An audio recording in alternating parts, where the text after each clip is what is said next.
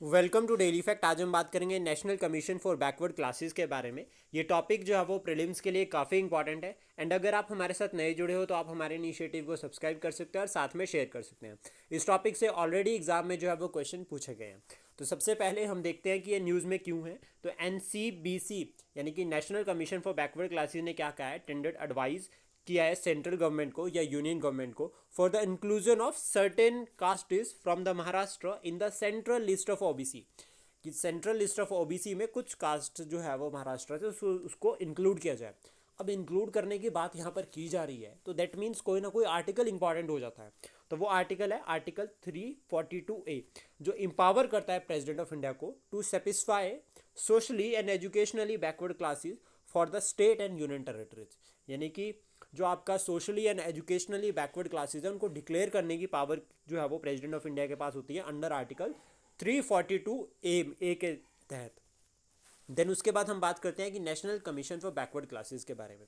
तो सबसे पहले हमें याद रखना है कि एक कॉन्स्टिट्यूशनल बॉडी है। डायरेक्ट क्वेश्चन एग्जाम में पूछा जा सकता है कि कौन सी कॉन्स्टिट्यूशनल बॉडी है, कौन सी नहीं है। तो ये कॉन्स्टिट्यूशनल बॉडी है, एस्टेब्लिश की गई थी under article 338B of the Indian constitution, जिसमें आपका ये जो 338B को ऐड किया गया है 102 कॉन्स्टिट्यूशनल अमेंडमेंट एक्ट 2018। तो ये भी बहुत इंपॉर्टेंट हो जाता है अमेंडमेंट। और आपको कमेंट बॉक्स में बताना है कि 101st जो अमेंडमेंट है, 101वीं जो अमेंडमेंट है वो किससे लिंक करती है। इसका आंसर आप कमेंट बॉक्स में कर सकते हैं। कंपोजिशन की अगर हम बात करें, चेयरमैन इसमें एक होता है, वाइस चेयरमैन होता है और 3 अदर मेंबर्स होते हैं। फंक्शंस की अगर हम बात करें तो पहला फंक्शन तो यही है कि investigate and monitor all the matter related to the socially and educationally backward classes, पहला पॉइंट।